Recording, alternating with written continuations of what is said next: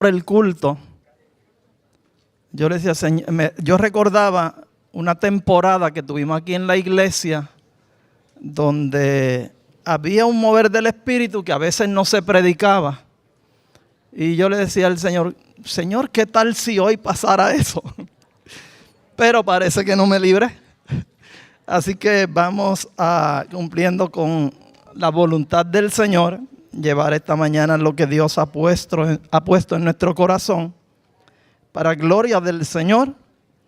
Y mientras llevamos la palabra, dos cosas. Vayan meditando en lo que el Espíritu Santo va trayendo y a la misma vez vaya intercediendo por mí para que fluya lo que el Espíritu Santo quiere traer en verdad al pueblo. Uno se prepara buscando el rostro del Señor, ora, clama a Dios, estudia la palabra, pero debe hablarse lo que el Espíritu tenga, ni más ni menos. Amén. Vamos al Evangelio de Juan, capítulo 10 y versos 7 al 10. Evangelio de Juan, capítulo 10 y versos 7 al 10. Gloria al Señor. Vamos a dar tiempo que los hermanos busquen la palabra. Gloria al Señor. Amén. Y el pueblo en reverencia delante del Señor. Este momento debe centrar su atención en la palabra de Dios, lo que Dios quiere hablar a cada uno de nosotros. Y damos lectura para gloria de Dios Padre. Volvió pues Jesús a decirles: de cierto os digo, yo soy la puerta de las ovejas.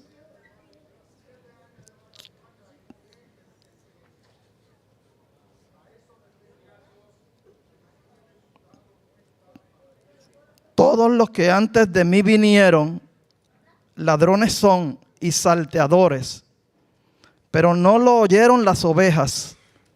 Yo soy la puerta. El que por mí entrare será salvo, y entrará y saldrá y hallará pastos. El ladrón no viene sino para hurtar y matar y destruir. Yo he venido para que tengan vida y para que la tengan en abundancia. Y ese es el tema del que vamos a estar hablando en esta mañana, vida abundante o vida en abundancia. Amén. Damos gracias a Dios por su palabra. La palabra del Señor es bendita en nuestro corazón, en todo nuestro ser, y pues pueden sentarse, iglesia. Como ya dije, vamos a estar hablando bajo el tema vida abundante o vida en abundancia. Cuando escuchamos la frase vida abundante, podríamos pensar que eso quiere decir que podemos tener de todo sin que nos falte nada. Pues de seguro nuestra mente va a moverse hacia las cosas materiales. De acuerdo al concepto humano, una vida abundante podría ser, por solo mencionar algo, una larga vida, es decir, durar en el tiempo actual 80, 90, 100 años, tener buena salud, abundancia de bienes materiales, como ya dijimos, gozar del amor de la familia, de los hijos y de nuestro cónyuge, o en una vida ministerial donde por mucho tiempo podamos servir al pueblo del Señor. Pero la abundancia de la cual habla la Biblia, la vida abundante de la cual habla la Biblia, pues va un poquito más allá de todas estas cosas que, aunque necesarias y buenas, no son el todo. Una persona podría tener abundancia material, aún gente que se llame cristianos, y al mismo tiempo vivir una vida de miseria. ¿Por qué? Porque no tiene amistades, no goza de respeto, de aprecio, de aceptación. La palabra abundante en el original en el que fue escrito la Biblia, griego, yo nunca uso los conceptos griegos porque pues, lo que queremos es traer la esencia del mensaje, no enseñar idiomas, pero abundante pues se puede traducir como excesiva, rebosante, desbordante, más que suficiente o mucho más de lo necesario. Eso podría ser en términos, en el concepto griego, lo que significa. Pero para el sermón de hoy, debemos partir del siguiente enunciado. El propósito de cuando Dios envió a Jesús al mundo fue para que el hombre fuera redimido del pecado, para que alcanzara la eternidad con Él. Es decir, Dios lo que quería era restaurar aquella imagen de Dios que habíamos recibido en el principio. Dios ciertamente puede suplir todas nuestras necesidades, tanto en lo físico como en las necesidades emocionales y las necesidades espirituales. Pero además de eso, ha preparado un lugar para nosotros para que estemos con Él por toda la eternidad. Entonces, ¿qué es vida abundante de acuerdo a la Biblia? Se trata de una abundancia espiritual, no solamente de las cosas terrenales, sino de abundancia espiritual, de la vida eterna que tendremos después de esta vida. Cuando termine nuestro paso por aquí, por la tierra, tenemos la esperanza. Los cristianos debemos vivir con la esperanza de que nos espera una eternidad. Jesús mismo nos dio la definición de lo que es vida o vida eterna. Aparece en Juan 17:3, donde dice: y esta es la vida eterna, que te conozcan a ti, el único Dios verdadero, y a Jesucristo, a quien has enviado. Y note en esta expresión bíblica, que te conozcan a ti. No todo, y es lamentable esto que voy a decir, pero no todo el que se congrega en un templo cristiano tiene la experiencia de conocer al Señor. Y el mandamiento para tener vida eterna, el consejo bíblico es que te conozcan a ti. Y esas fueron palabras dichas por el mismo Jesús. En este caso es cuando Él está haciendo la oración en el huerto previo a ser entregado. Y dice: esta es la vida eterna, que te conozcan a ti, el único Dios verdadero, y a Jesucristo, a quien has enviado. Cuando verdaderamente conocemos a Dios y conocemos a Jesús, entonces tenemos vida eterna. Y la voluntad del Señor es darnos una vida abundante, no solamente una vida ordinaria, no existencia. Existencia es todo el que respira. Vida abundante es más que eso. El Señor quiere que nuestra vida sea una significativa, con propósito, alegre y eterna. Amén. ¿Escuchó eso? Una vida significativa, con propósito, alegre y eterna. En 3 de Juan, capítulo 1 y verso 2, y ustedes saben que yo soy bíblico, modestia aparte. Me gusta trazar la palabra más que con lo que uno pueda decir, con lo que dice la palabra. Cuando escribía el sermón, y yo siempre preparo una hoja para entregarle a los de audiovisuales para que sigan con nosotros la Biblia, la predicación. Vi yo de válgame Dios, demasiados textos bíblicos. Yo había aprendido de Toño Rodríguez que con 15 tú predicas. A mí me salieron más de 20 esta mañana. Pero amén, estamos para traer palabras. Gloria al Señor. Entonces, en 3 de Juan, capítulo 1 y verso 2, dice: amado, yo deseo que tú seas prosperado en todas las cosas. Seas prosperado en todas las cosas y que tengas salud. Pero ¿cómo? Así como prospera tu alma. ¿Ves? Es decir, todo esto es necesario que lo tengas, pero lo importante o lo más importante dentro de todo esto es que sea conforme a como prospera tu alma. Hay un enemigo que vino para matar, para hurtar, para destruir.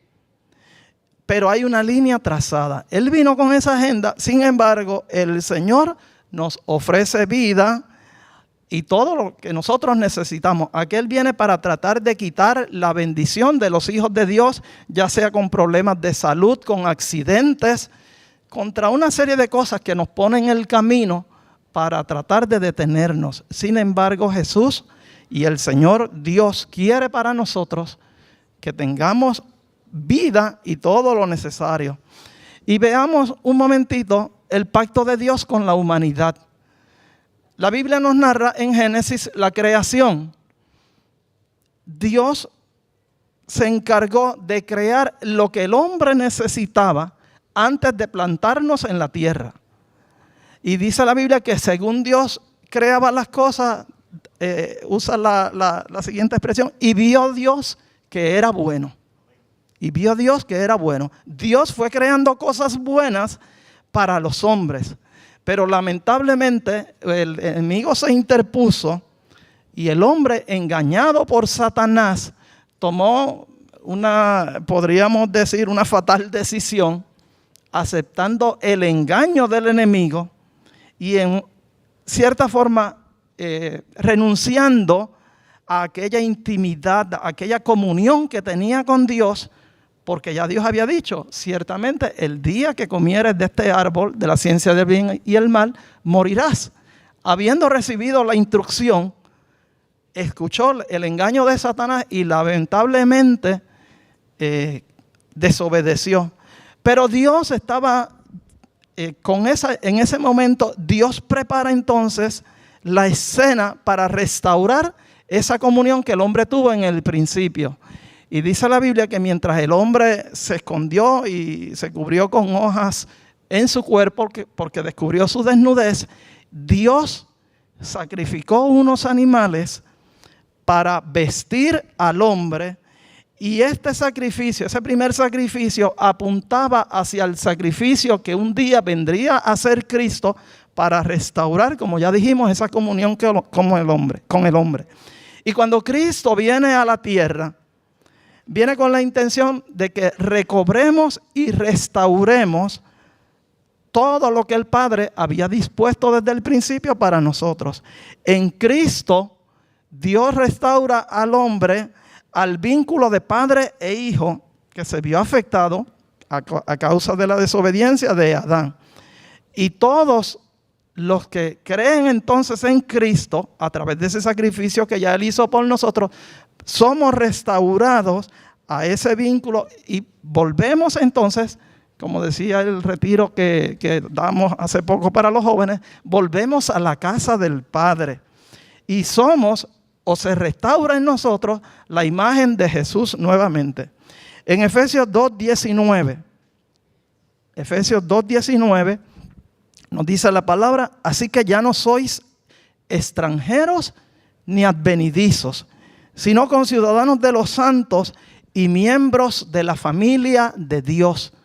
Ahora volvimos a la casa del Padre y se nos trata como hijos de Dios.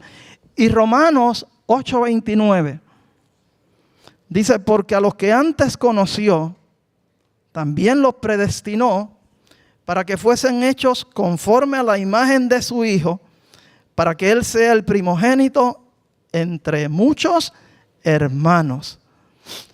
La mejor forma de resumir todo lo que significa esa restauración que el Señor Jesús compró para nosotros es la palabra vida. ¿Ve? Él nos restauró devolviéndonos la vida. La palabra vida aparece un montón de veces en la Biblia, pero vamos a citar dos, una del Antiguo Testamento y una del Nuevo Testamento. Y este texto, cuando yo lo estudiaba, créanme, yo di un poco de estudio al libro de Deuteronomio. Y a pesar de las veces que hemos leído la Biblia, lo que hemos enseñado de la palabra, el libro de Deuteronomio tiene tantas promesas que aunque fueron en aquel tiempo para el pueblo de Dios Israel, hoy a través de Cristo, nosotros los que no éramos pueblo, hemos venido a ser también pueblo de Dios y partícipe de esas promesas. Y en Deuteronomio 30, y más adelante citaremos otra vez a Deuteronomio, pero en este momento Deuteronomio 30, verso 19 al 20, dice el Señor, a los cielos y a la tierra llamo por testigos hoy contra vosotros, que os he puesto delante la vida y la muerte, la bendición y la maldición. Escoge pues la vida para que vivas tú, ¿y quién más? Y tu descendencia, amando a Jehová tu Dios, atendiendo a su voz y siguiéndole a Él, porque Él es vida para ti y prolongación de tus días, a fin de que habites sobre la tierra que juró Jehová a tus padres, Abraham, Isaac y Jacob, que les había de dar. Pero noten en esos versos, primero para que vivas tú y tu descendencia, y dice que si seguimos al Señor, Él es vida para ti y prolongación de tus días. Es decir, en nuestro Dios es en quien verdaderamente está la vida. Fuera del Señor tenemos existencia, pero vida no hay. Y en el Nuevo Testamento, en Colosenses capítulo 3 y verso 4, Colosenses 3:4, para aquellos que toman nota también, dice: cuando Cristo, vuestra vida, se manifieste, entonces vosotros también seréis manifestados con Él en gloria. Entonces, del concepto restaurar, quiero destacar 3 puntos.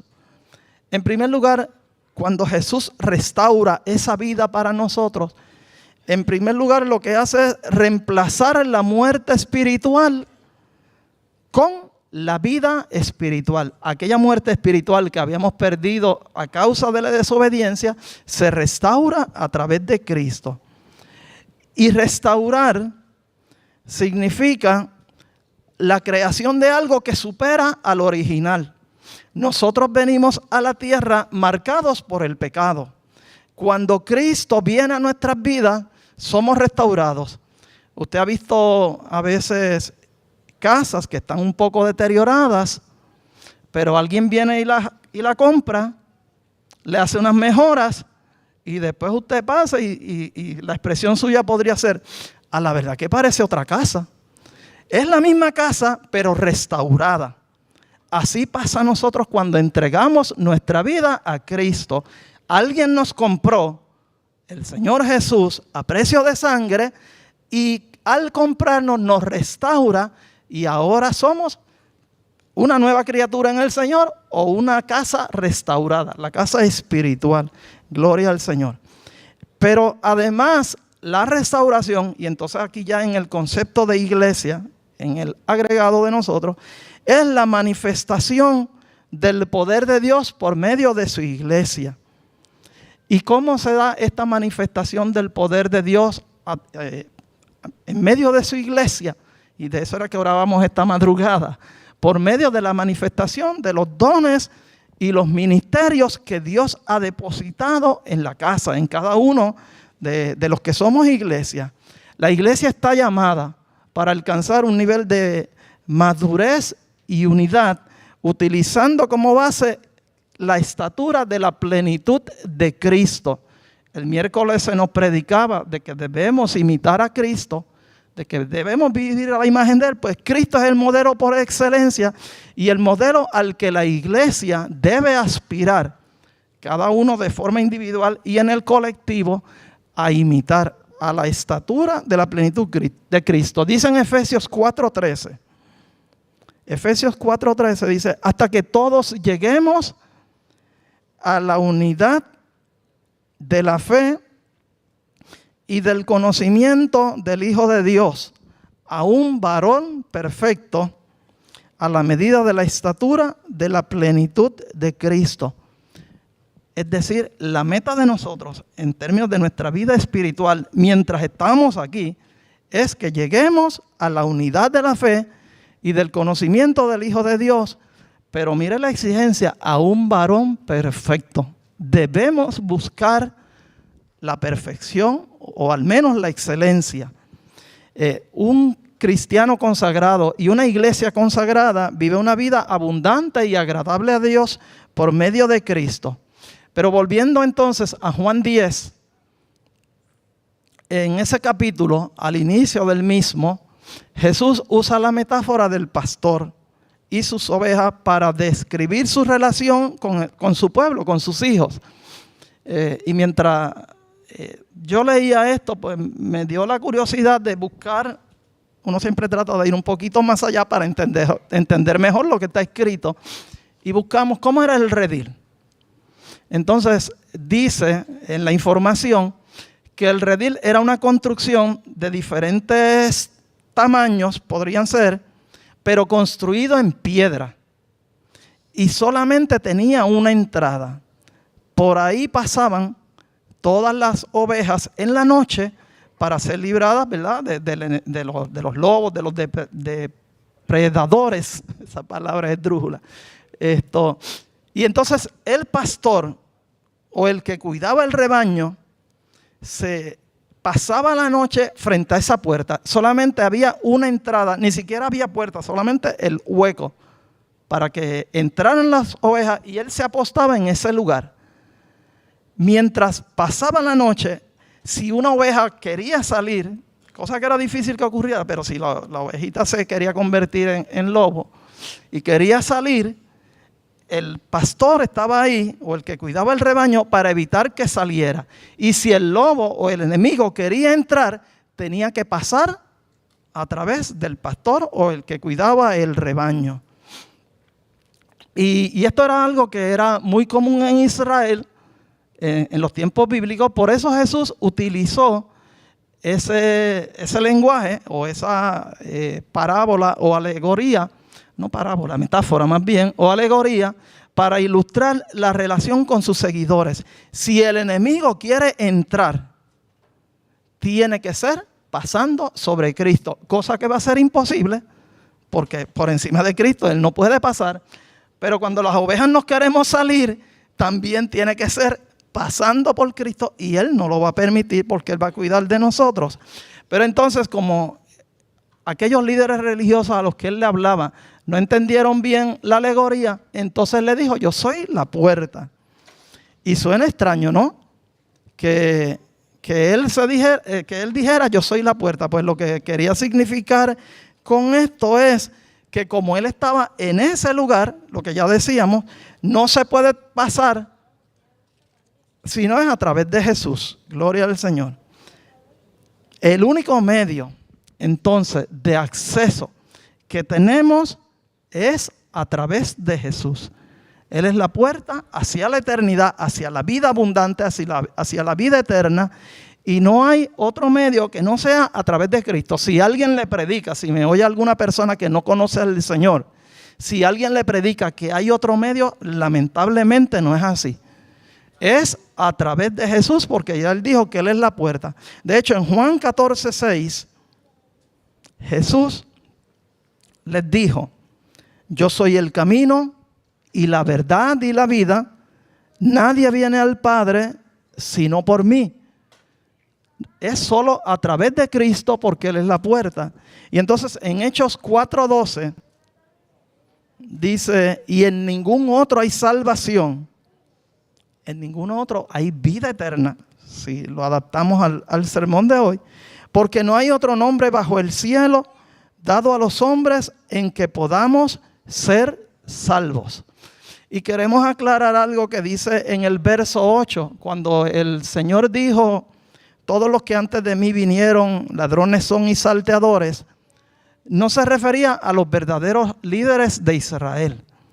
Ustedes saben que hubo hombres como Moisés, David, Isaías, Jeremías, Ezequiel, Daniel y otros tantos profetas. Hubo sacerdotes que guiaron al pueblo en la verdad de Dios que estaba contenida en la ley. Pero en ese intermedio también hubo algunos que trajeron otro mensaje, y a eso a lo que Jesús se refería: a los falsos pastores de Israel, a los reyes impíos y a sacerdotes que se desviaban de la verdad y voluntad de Dios. Entonces, en el verso 9 de Juan, donde estamos leyendo, Jesús dijo: yo soy la puerta. El que por mí entrare será salvo, y entrará y saldrá y hallará pastos. Sus ovejas experimentarán, nosotros como ovejas del Señor, el amor, el perdón y la salvación divina. En el Señor tenemos amor, el amor de Dios manifestado en nuestras vidas. Tenemos perdón y tenemos salvación divina. Cuando yo meditaba en esto, pues me recordaba un salmo que yo sé que todos conocen. Todo el que alguna vez ha escuchado algo de evangelio sabe el Salmo 23. Y en el verso 2 de ese Salmo 23, 2, dice: en lugares de delicados pastos me hará descansar. La imagen que venía a mi mente, porque yo trato de todo lo que leo, pues recrear una imagen en mi mente para identificarme y vivirlo. No es leer la palabra por leerla. Pues yo me imaginaba un predio de terreno inmenso, en una grama bien bonita, bien cortada y todo, y uno recostarse ahí a descansar al fresco de la tarde, digamos, o un amanecer cuando comienza la mañana. En lugares de delicados pastos me hará descansar. En el Señor tenemos vida abundante y tenemos descanso. Una vida abundante también incluye un sentido de propósito y misión. Estamos llamados no solamente para vivir vida abundante, ya lo hemos reiterado, pero también el Señor nos ha dado la encomienda de ser sus testigos y hacer discípulos. No vamos a entrar en tanto texto bíblico, pero si usted lee Mateo 28, está la Gran Comisión, y en Hechos 1:8 también. Y este mandato que el Señor ha dado, esta misión, da un sentido de significado y dirección a la iglesia. Cada uno de nosotros estamos llamados a colaborar en la obra redentora del Señor. Pero para colaborar tenemos que tener claro quiénes somos nosotros. Saber que tenemos vida abundante en el Señor, y cuando estamos viviendo esa vida abundante, procurar entonces llevarla a otros. Y una vida abundante te lleva a cultivar, o se trata de que cultive una relación profunda con el Señor. Yo recuerdo cuando nos convertimos al Señor, cuando me convertí en mi caso, fue en mi juventud temprana, han pasado por si acaso casi 48 años ya. En el mes próximo de marzo se cumplen. Yo tenía para ese tiempo 16 años, y uno de los primeros textos bíblicos con los que me encontré es el Salmo 37:4. Y lo hice mío. Y a lo largo de estos casi 48 años he caminado meditando en esta palabra, y ese texto ha sido uno de mis favoritos. Hace poco en un programa radial yo le decía a Omar y a Orlando, Omar nos preguntaba ¿cuál es el texto favorito de la Biblia? Y yo le dije que la Biblia entera es mi favorita, pero sí cité alguno que otro de los que uno lee con más frecuencia. Pero este de 37:4 yo lo leía ya a temprana edad, recién convertido, lo hice parte de mi vida. Y dice: deleítate asimismo en Jehová, y Él te concederá las peticiones de tu corazón. Buscar a Dios, sentir a Dios en mi vida, caminar con el Señor ha sido mi principal deleite. No niego que he tenido otras cosas, pero nunca perdiendo de perspectiva que estamos llamados a deleitarnos en el Señor, sentir que caminamos con Él, que cuando vamos solos, por así decirlo, ¿verdad? No estamos solos, porque Él está a mi lado. Y yo procuro experimentar eso cuando, pues, el tiempo que yo trabajaba, muchas veces tuve que moverme a San Juan yendo solo en mi vehículo. Y cuando yo iba a salir, mi oración era: Señor, siéntate aquí a mi lado, ve conmigo. Quiero que tu presencia esté conmigo donde quiera que vaya, y ayúdame a honrarte sobre todo, ayúdame a glorificarte en mi vida. Pero queremos destacar algo, porque como decíamos al principio, muchas veces vida abundante o abundancia se piensa en lo material, y ni la riqueza ni la pobreza son indicadores de nuestra posición ante Dios. Ni la riqueza ni la pobreza son indicadores de nuestra relación con Dios. Salomón tuvo abundancia de bienes materiales, pero encontró todo sin sentido. Dice, empezando el libro de Eclesiastés, en el capítulo 1 y verso 2, vanidad de vanidades, dijo el predicador, y lo repitió, vanidad de vanidades, todo es vanidad. El apóstol Pablo, en Filipenses 4, 11 al 12, mire cómo habla respecto de sí. No lo digo porque tenga escasez, pues he aprendido a contentarme cualquiera que sea mi situación. Sé vivir humildemente y sé tener abundancia. En todo y por todo estoy enseñado, así para estar saciado como para tener hambre, así para tener abundancia como para padecer necesidad. Nosotros, cuando digo nosotros me refiero en mi casa, pues tuvimos unos años de buen trabajo y disfrutábamos de unas cosas. Pero llegó un momento en que me quedé sin empleo. Y yo pues tranquilo, yo dije, Señor, tú diste, tú quitaste, sea tu nombre bendito, como dijo Job. Y dije, Señor, solo te pido que me ayudes a conformarme al estado actual, hasta donde tú permitas. Y hermano, Dios se encargó, y yo he dicho esto aquí otras veces, pero pues lo repito como testimonio. Dios se encargó de suplirnos de lo necesario. Una tarde yo estaba en casa, llegó alguien, yo no sé quién, porque yo estaba a la parte de atrás de la casa, yo sé que escuché que llegó un vehículo. Era una persona, no es nadie de la iglesia por si acaso. Llegó a casa y me trajo medio saco de ñames de Guinea. Y yo de aquí hay ñame para los próximos 4 años. Pero yo vi la mano de Dios proveyendo. Y así les digo, pues ciertamente yo había hecho como José. José, después de Cristo, es mi líder favorito en la Biblia. Yo había hecho provisión por si venían días malos, como predicaba el pastor Andrés antes. Y me había preparado económicamente, pero pues aún dentro de lo que uno pudiera estar preparado, Dios se encargó de irnos llevando.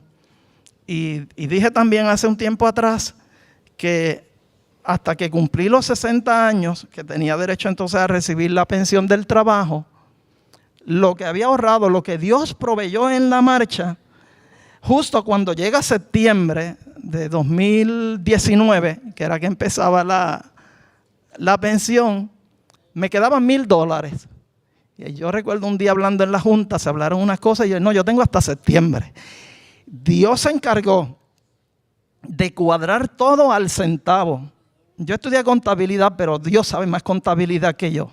Yo sé hacer presupuestos, pero Dios hace mejores presupuestos que los que yo pueda hacer y los que pueda hacer el mejor CPA del mundo. Dios se encargó de llevarnos en esa marcha con el dinero que había, supliendo las necesidades básicas. No hubo escasez en ningún momento porque Dios es un Dios de provisión. Gloria al Señor. Dice en Filipenses 4:19, mi Dios pues suplirá todo lo que os falta conforme a sus riquezas en gloria en Cristo Jesús. Y toda esa bendición que Dios suple es tanto material como espiritual, pero vamos a disfrutar de ello cuando establecemos como prioridad lo espiritual. Una cantidad sustancial de los cristianos no son de clase privilegiada. Entonces, no puede ser entonces que una vida abundante sea solamente cosas materiales. Si ese fuera el caso, Jesús habría sido el personaje más rico del mundo. Y fue todo lo contrario.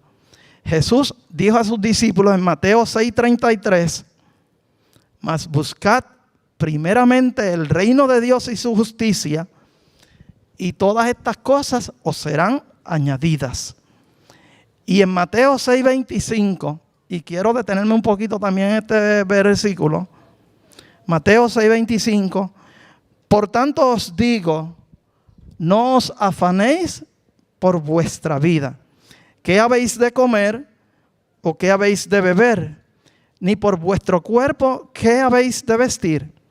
¿No es la vida más que el alimento y el cuerpo más que el vestido?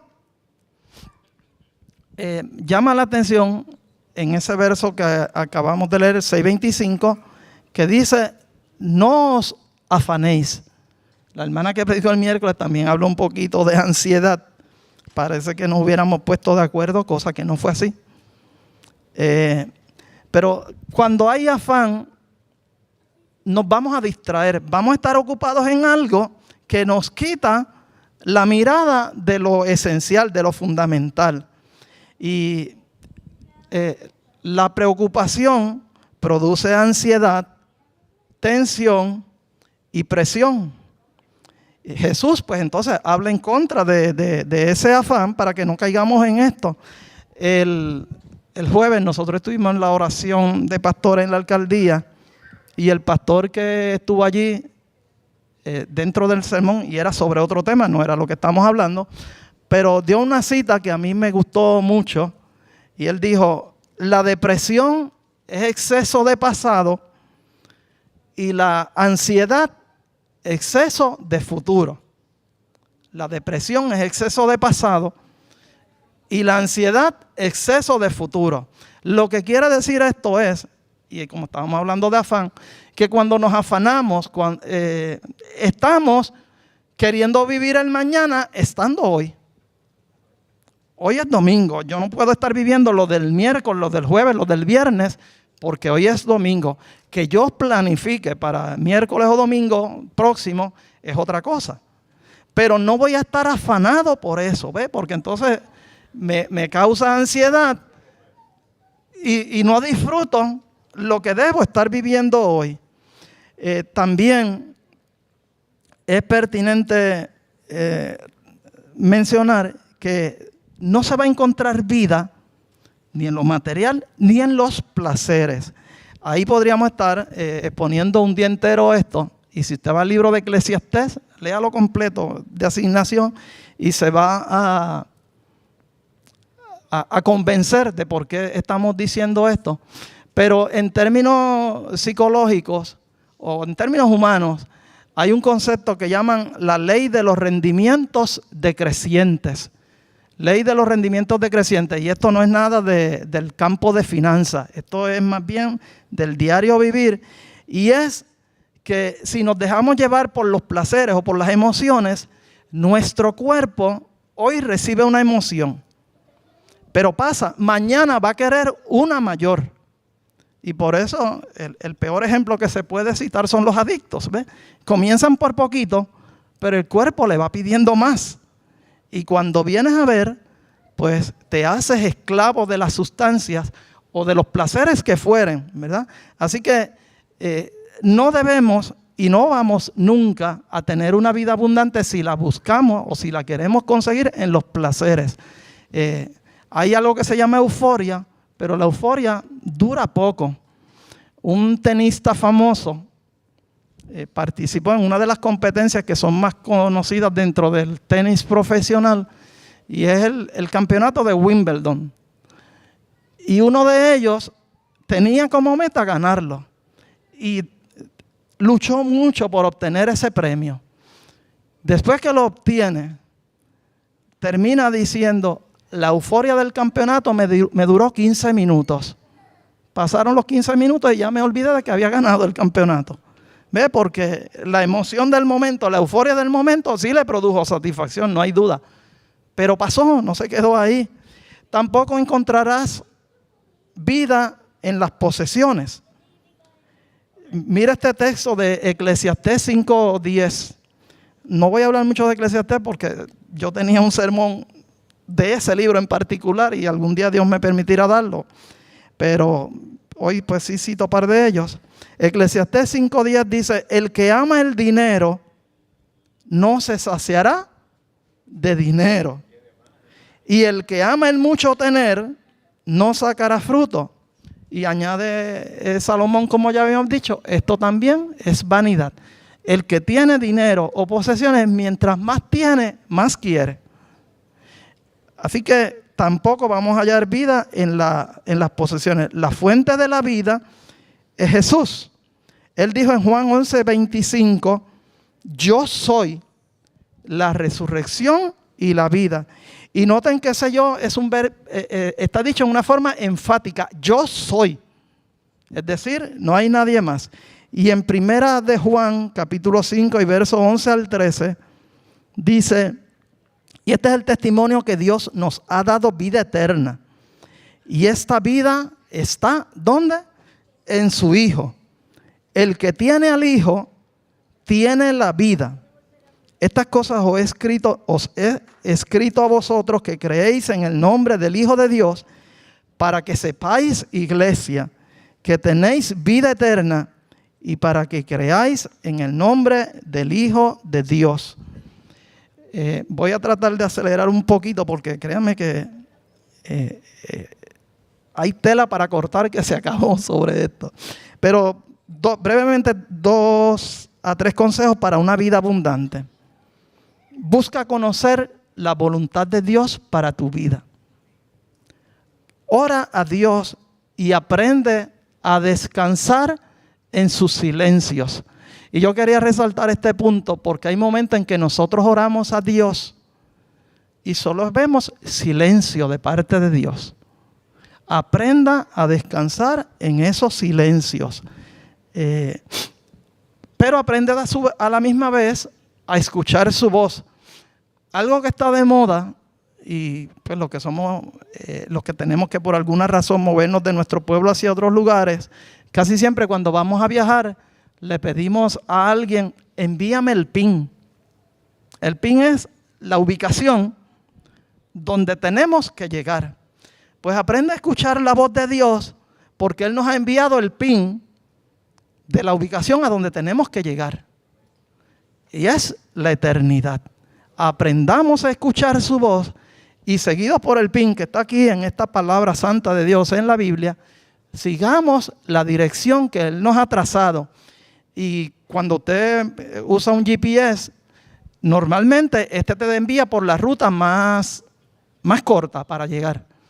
Pues hay una ruta ya trazada, vamos a seguir la ruta, no pretenda escoger otra que no sea la que Él nos ha enviado, que es Cristo, porque pues posiblemente nos vamos a salir del lugar o vamos a llegar más tarde.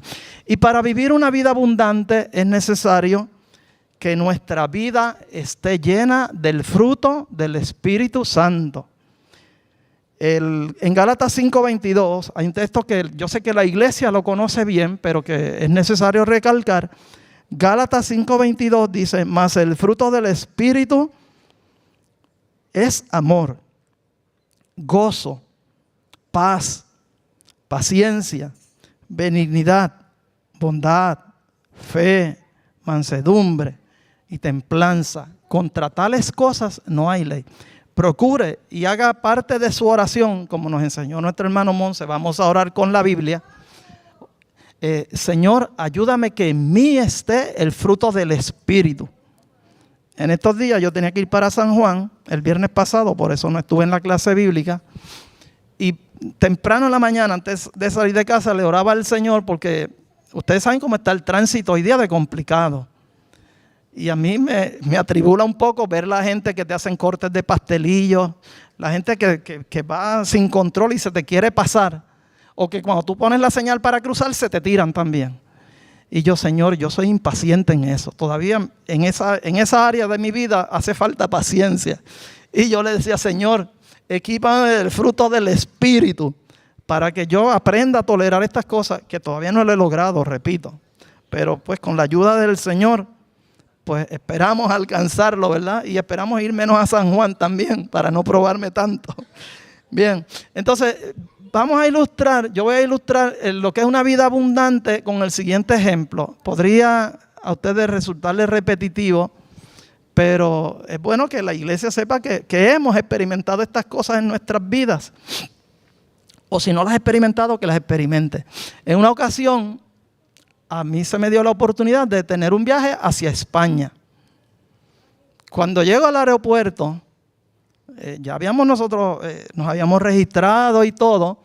De momento yo escucho que están llamando mi nombre por el sistema de altavoces. Y yo, qué raro, ¿por qué me estarán llamando si todo estaba bien? Tenía asiento asignado. Entonces cuando me presento nuevamente al registro, la persona de allí me dice, usted es un viajero distinguido.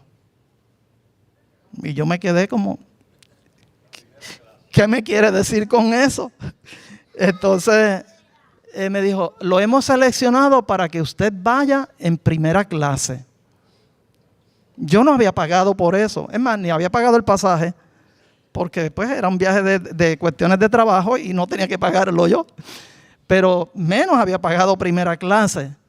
Entonces, yo nunca había viajado en primera clase. Y yo, pues vamos a ver qué hay allí. Pero yo no iba solo ese día. Mi esposa no iba conmigo, no era ella. Iba una persona del trabajo también. Entonces yo le digo a la persona, pero yo no estoy viajando solo, viene alguien conmigo. Y me mira, esto se supone que era para usted. Pero porque usted lo ha dicho, vamos a ponerlo a él también. Vamos, que él vaya contigo. Es decir, me dan el privilegio de viajar en primera clase sin haberlo pagado. Y entonces una persona que está conmigo es partícipe de la bendición que me han dado. Iglesia, si usted conoce al Señor, no viva la vida ordinaria que viven los demás. Usted es un pasajero de primera clase. La iglesia es pasajero de primera clase, pero procure que los que estén a su alrededor también se beneficien de viajar en primera clase. Llévele el mensaje, enséñele, mira, yo voy en primera clase, acompáñame. Entonces, en primera clase pues hay un suministro adecuado de comida y todas estas cosas. Pero ¿qué pasó? El viaje era a las 7 de la noche saliendo de San Juan. De San Juan a Madrid son casi 8 horas. Entonces, ¿qué pasa? Yo tengo un sensor aquí, he dicho otras veces, que a cierta hora se apaga. Y como a las 11 de la noche yo me quedé dormido. Me perdí de disfrutar un poco de los beneficios de viajar en primera clase. Después el compañero me decía, cuando despertamos a las 5 de la mañana, hora de Puerto Rico, que llegamos allá a Madrid, me dice, lo que te perdiste por estar durmiendo. ¿Qué quiero decirle, iglesia? Hemos recibido el privilegio de viajar en primera clase, pero a veces nos ponemos a dormir y no disfrutamos de los privilegios que tenemos en el viaje. Ciertamente llegamos a nuestro destino. Y sabe que no llegamos primero que los demás. Llegamos a la misma vez que aquellos, pero con más estilo y comodidad. Porque viajar en la clase regular, pues usted sabe que los que tenemos las piernas alguito largas, pues es un poquito incómodo. Pero en primera clase no hay ese problema de incomodidad. Pero solo que me perdí algunos beneficios por dormir. Así que la enseñanza esta mañana es, estamos viajando en primera clase, repito.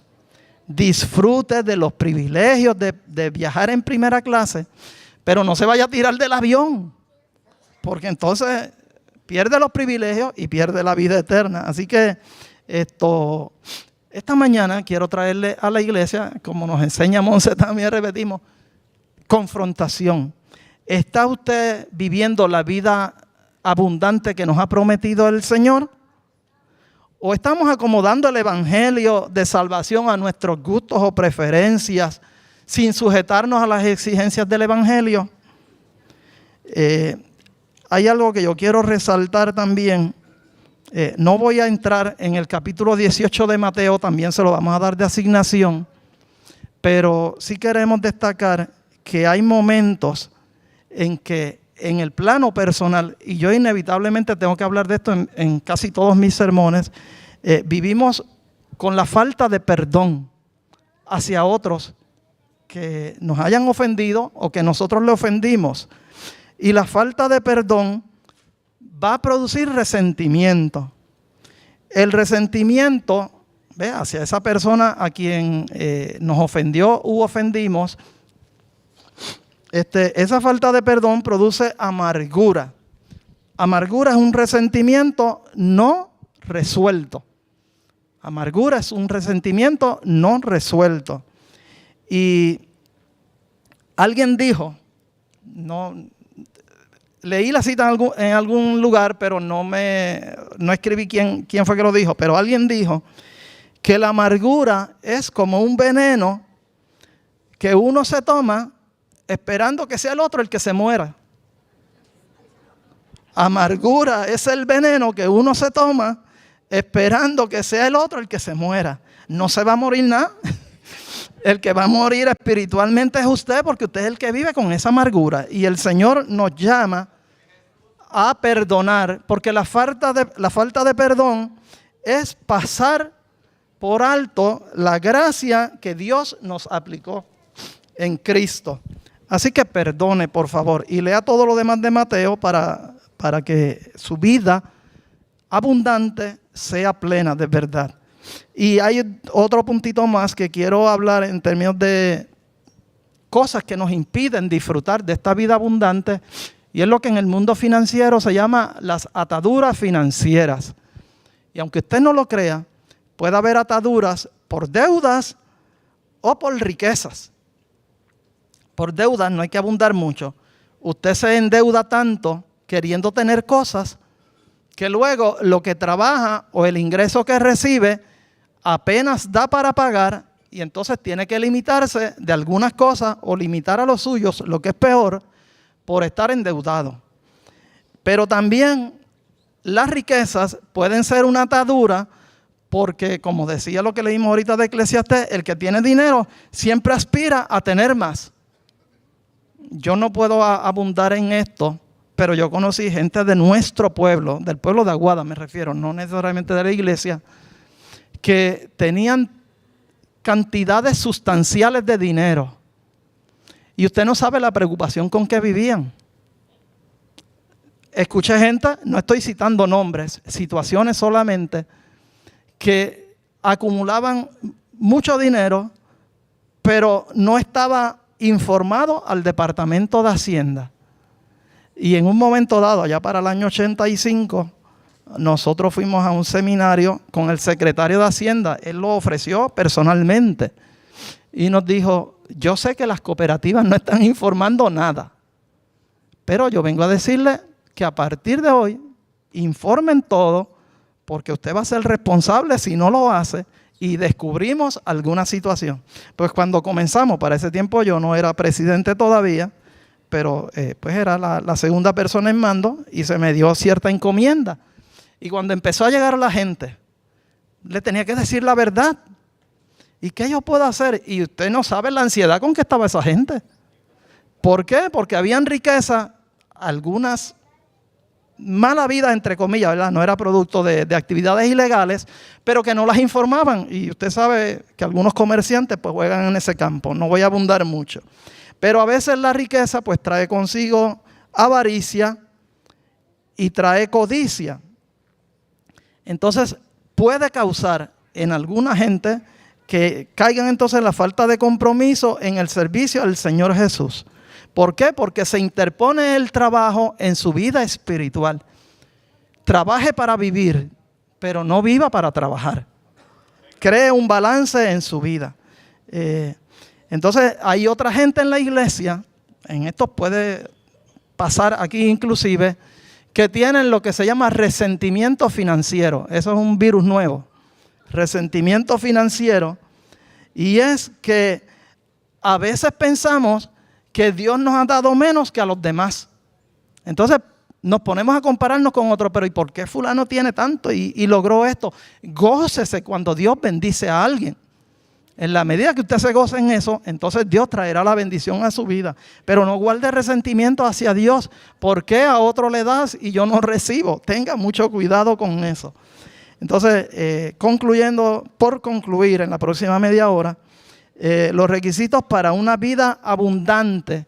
Y si usted busca en Deuteronomio, que es donde vamos a leer, saben que las Biblias tienen un título, cuando comienza alguna lectura, le llama esencia de la ley. Esencia de la ley. Y aparece en Deuteronomio, el capítulo 10, pero vamos a leer solamente el 12 y el 13. Deuteronomio 10, 12 al 13. Dice: ahora pues, Israel, ¿qué pide Jehová tu Dios de ti? sino que temas a Jehová tu Dios. Primero, teme a Jehová tu Dios. Que andes en todos sus caminos y que lo ames. Y sirvas a Jehová tu Dios con todo tu corazón y con toda tu alma. Que guardes los mandamientos de Jehová y sus estatutos que yo te prescribo hoy para que tengas prosperidad. Esto es vida abundante. Cuando usted teme a Jehová su Dios, cuando anda en sus caminos, cuando le ama y sirve a Jehová con todo su corazón. Servir al Señor de todo corazón significa dar lo mejor de mi vida. Que yo le rinda adoración en gratitud y reconociendo su grandeza. Cuando yo adoro a Dios, cuando usted adora a Dios, no es porque el pastor o la persona que esté al frente mande a adorar a Dios. Usted adore a Dios porque le expresa gratitud por la vida abundante que Él nos ha dado en Cristo y porque reconocemos su grandeza. Él sigue siendo Dios y está en su trono. Dios no ha cambiado. Y la adoración que le ofrecíamos antes debe ofrecerse igualmente hoy, porque Dios sigue siendo Dios y sigue siendo soberano. Y si usted no lo hace, pues entonces no debe tener interés en llegar al cielo, porque allí es lo que vamos a adorar a Dios y a disfrutar de su presencia. Aquí lo que estamos es ensayando para cuando llegue aquel momento. Amén. El testimonio de una vida abundante en Cristo, en primer lugar, es lo siguiente: el cristiano debe vivir y caminar con una sonrisa.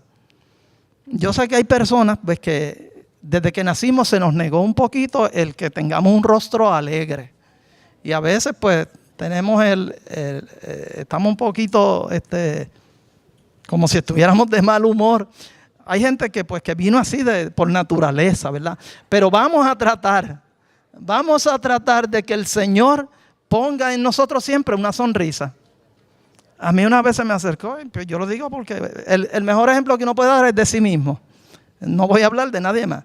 Se me acercó una persona y me dijo: ay, yo no me atreví a hablar contigo porque yo te veo así tan serio. Yo le dije: es que mi trabajo exige seriedad, yo no puedo venir al trabajo a relajar. Pero nada, a partir de eso, tan pronto yo localizaba que esa persona llegó allí, está de oreja a oreja, como dicen por ahí, para que él supiera. Y le dije: no, yo soy un hombre cristiano, yo temo a Dios y yo tengo el gozo de la salvación. Lo que pasa, pues, y repito, mi trabajo requiere esto. Pero vivamos y caminemos siempre con una sonrisa. Una vida abundante es una vida feliz. Aunque por naturaleza nosotros deseamos los bienes materiales, como cristianos nuestra perspectiva debe cambiar.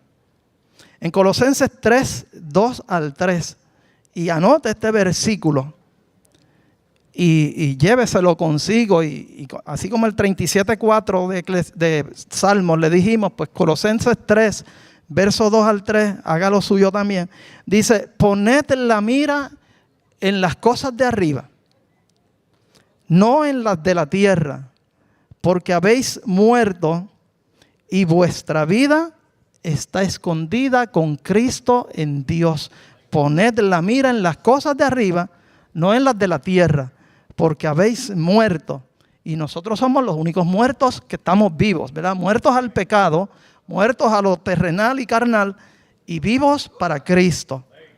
Amén. Entonces, decíamos que una vida abundante es una vida feliz. En Filipenses 4:4 dice: regocijaos en el Señor siempre.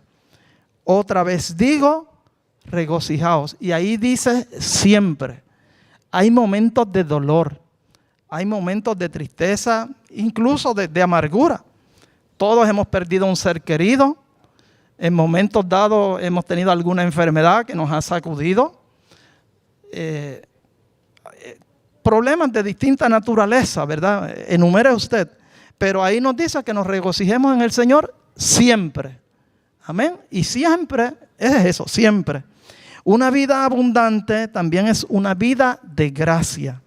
En Hechos 4:33 dice, y con gran poder los apóstoles daban testimonio de la resurrección del Señor Jesús, y abundante gracia era sobre todos ellos.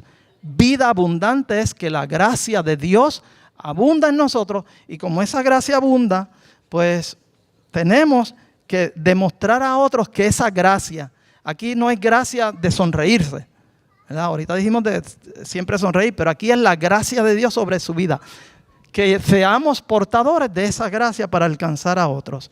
Y una vida abundante también, una vida de abundante bendición. Deuteronomio nuevamente, 15:4. Dice, para que así no haya en medio de ti mendigo.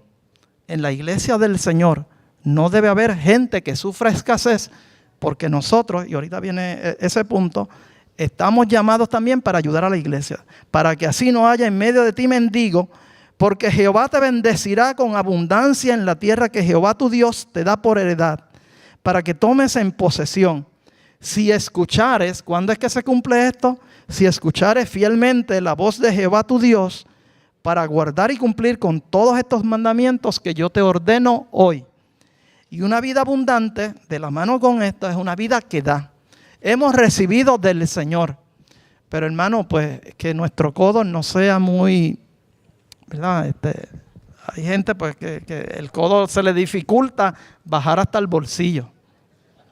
Pues cuidado con eso, ¿verdad? Porque una vida abundante también es una vida para dar. Dice en Deuteronomio 16:10, y harás las fiestas solemnes de las semanas a Jehová tu Dios. ¿De qué? De la abundancia voluntaria de tu mano será lo que dieres. Es decir, y aquí voy a hacer un alto. Nosotros como iglesia nunca hemos enseñado que hay que diezmar. Tenemos en la iglesia un buen número de hermanos que acostumbra a diezmar, y por lo menos pues escriben el nombre en el sobrecito en el cual depositan su ofrenda, y nosotros nunca hemos enseñado sobre eso ni lo enfatizamos. Damos voluntariamente. Si usted da con pesar, como dice el pastor, y yo sé que esto suena fuerte, pero mejor no dé. Dé voluntariamente, porque con eso honra a Dios. Hemos procurado en lo personal siempre cumplir con la cuota nuestra, y hemos visto que Dios se ha glorificado en ello. No lo estoy dando esperando recibir. Como yo le decía a un hermano en estos días, yo doy porque ya Dios me dio. No es para recibir, es porque de lo que Él nos da, damos voluntariamente y damos de corazón sin pesar. ¿Ve? De la abundancia voluntaria de tu mano será lo que dieres. Según Jehová tu Dios te hubiere bendecido. Dice Dios, esto añadimos nosotros, yo te bendigo a ti, pero de esa abundancia es para compartirla también con otros. No solo Dios da para quedarme con ello. Retengo lo que necesito, pero también voy a dar para la obra de Dios o para cuando algún hermano necesite. Y concluyendo, ahora sí que vamos a terminar. Una vida abundante es una vida de paz. Para gloria del Señor, yo siempre trato de proyectar paz. Procuremos proyectar paz. La Biblia dice en Salmo 37:11, pero los mansos heredarán la tierra y se recrearán con abundancia de paz. Hablábamos anteriormente de delicados pastos. Pues ahora dice, se recrearán con abundancia de paz. Y en Jeremías 33:6 dice la palabra del Señor, he aquí que yo les traeré sanidad y medicina y los curaré y les revelaré abundancia de paz y de verdad. En el Señor, cuando vivimos una vida abundante, cuando tenemos comunión con Dios, cuando buscamos al Señor con un corazón sincero, vamos a tener abundancia de paz. Y en Primera de Pedro, este es el último versículo de la mañana de hoy, en Primera de Pedro 5:7, dice, echando toda vuestra ansiedad sobre Él, porque Él tiene cuidado de vosotros. Por nada debemos estar afanados o afanosos, sino que toda ansiedad nuestra, toda preocupación, toda inquietud, vamos a depositarla en las manos del Señor. Tráigala al altar. Entrégala aquí al Señor, se la dejamos a Él, que Él se va a encargar entonces de darle orden a nuestra vida y acomodar las cosas en su lugar. Hasta aquí lo que el Señor me ha dado. Pido a los hermanos del Ministerio de Adoración que se vayan acercando. Y invito a la iglesia que estemos de pie. En esta mañana hemos tratado de descifrar dentro del tiempo que tenemos lo que es vida abundante. Iglesia, nuestro consejo esta mañana, la exhortación del Señor, de la palabra del Señor, es que hemos sido llamados a vivir una vida abundante. Como decíamos en la ilustración del viaje, estamos llamados a viajar en primera clase. Lamentablemente, a veces hay pueblos que no aprovechan esta bendición de vivir una vida abundante. Si usted esta mañana siente que necesita oración, que Dios ha ministrado a su vida, una de dos cosas: o incline su rostro ahí donde está y nosotros vamos a estar orando, o pase al frente y gustosamente estaremos orando por usted. Pero no se vaya de aquí sin pedirle al Señor que le permita vivir y disfrutar de una vida en abundancia. Oramos en esta hora. Padre eterno, buen Señor, conforme a lo que tú pusiste en nuestro corazón y conforme a lo que enseña tu palabra, oh Dios, en esta mañana hemos traído tu palabra, Señor. Primeramente es claro, Señor, que toda gloria es para ti. Pretendemos honrar tu nombre y glorificarte a ti y traer una enseñanza a la iglesia, Padre, para que la iglesia viva la vida abundante que ya Jesús prometió y que vino a darnos, Señor. Y a veces no echamos mano de ella, Señor, o se nos olvida, nos distraemos en otras cosas y se nos olvida la vida abundante que Cristo prometió. Yo confío en que en esta mañana tu Espíritu Santo, por medio de nuestros labios y para gloria una vez más de tu nombre, ha trazado la palabra, Señor. Pero te pedimos que obres en cada uno, Señor, los que estén en su asiento, que sienten, Señor, o que sean convencidos esta mañana de que no están viviendo una vida abundante, o los que pasen al altar, Señor. Igualmente trata con ellos, trata con su corazón y ayúdale, Dios, para que si no tenían la vida abundante que tú prometes, en esta mañana se apropien de ella, se adueñen de ella, Señor. Sepan que está a su alcance a través de Cristo, que echen mano de la vida eterna, Señor. En el nombre de Jesús lo pedimos, creyéndolo en nuestro corazón, y te damos gracias. Padre, una vez más te agradecemos que nos hayas dado la oportunidad, Señor, porque subimos con temor y temblor a este lugar, porque no merecemos, Señor, estar aquí, pero por gracia tuya y por tu misericordia, porque a ti te ha placido, Señor, respondemos a tu llamado. Y una vez más, Señor, gracias y recibe toda gloria en el nombre de Cristo Jesús. Amén. Que Dios les bendiga a todos en esta mañana.